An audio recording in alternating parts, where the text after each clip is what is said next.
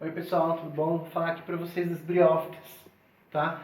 Que é o primeiro grupo dos grupos vegetais, né? É o grupo mais simples, é o grupo que a gente encontra os organismos avasculares, que não possuem vasos condutores, né? São atraqueófitos.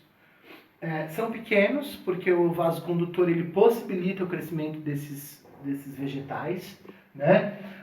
O transporte de água dentro da planta acontece por difusão. Lembra que é célula a célula. Então ele precisa de capturar essa água, uma célula vai pegar essa água e vai passando para outra, né, por difusão. Vai passando de um para o outro. O gameta masculino é anterozoide, ele é flagelado e ele necessita de água para poder chegar até o gameta feminino, certo? Eles não possuem raiz, caule e folha verdadeiro, eles possuem rizoide, cauloide e folioide, certo? A fase gametofítica, tá? O gametófito é a fase duradoura, né? A fase de produção de gametas, e é o único grupo que tem a fase do gameta mais duradouro. O restante é a fase esporofítica, certo? Vivem em ambientes terrestres e úmidos porque eles necessitam da água para que ocorra a reprodução, certo?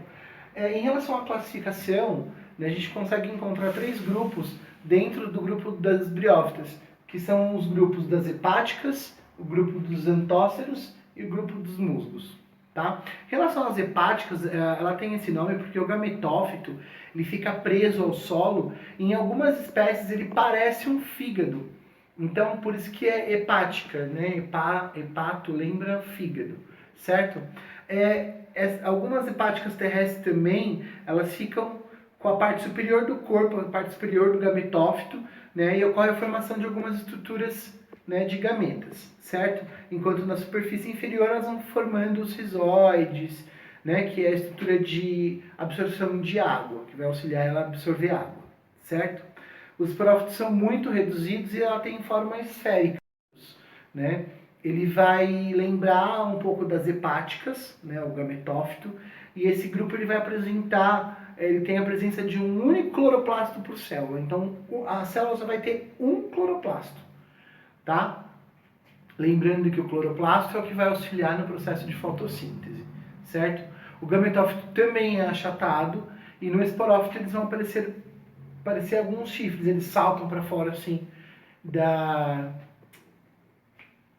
estrutura, tá? Da terra, certo? Os musgos eles vão apresentar um crescimento do gametófito vertical, tá? Eles vão para o alto, tá? Não passando normalmente dos 5 centímetros, porém alguns apresentam 50 centímetros, tá? O esporófito também ele vai crescer verticalmente, certo? Por divisões celulares e vão ocorrerem apenas na extremidade do corpo do gametófito feminino, ok?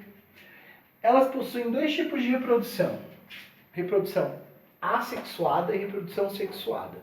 Na reprodução assexuada, ela pode acontecer por fragmentação. Lembra que fragmentação é quando se perde um pedaço, né, da estrutura desse ser e vai dar origem a um novo ser, certo? E aqui também acontece a reprodução por gemas. O que seria isso? Eu pego um pedacinho do gametófito e aí esse gametófito vai originar uma gema, né? Essa gema se desprende do corpo e vai cair na terra e vai originar um novo ser, ok? Outra coisa é a reprodução sexuada, tá? Ela acontece de uma outra forma. O que acontece? Eu tenho o esporófito aqui, tá? E esse esporófito, ele vai liberar, né, ele tem a calíptra, que é como se fosse uma pelezinha que vai recobrir essa cápsula. E aí ela tem o opérculo, que é essa outra estrutura que ela é 2N, tá? A calíptra ela já é haploide, tá bom?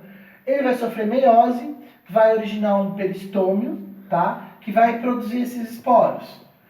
O esporo, quando ele germina, depois ele dá origem ao protonema.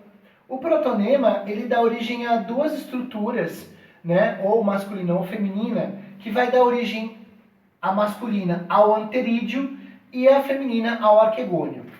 A masculina, ela vai produzir o anterozoide e a feminina que é o arquegônio, vai produzir a oosfera. O anterídeo, que vai estar lá com os anterozoides, ele vai necessitar de água para liberar esse anterozoide na água, que vai encontrar com a oosfera.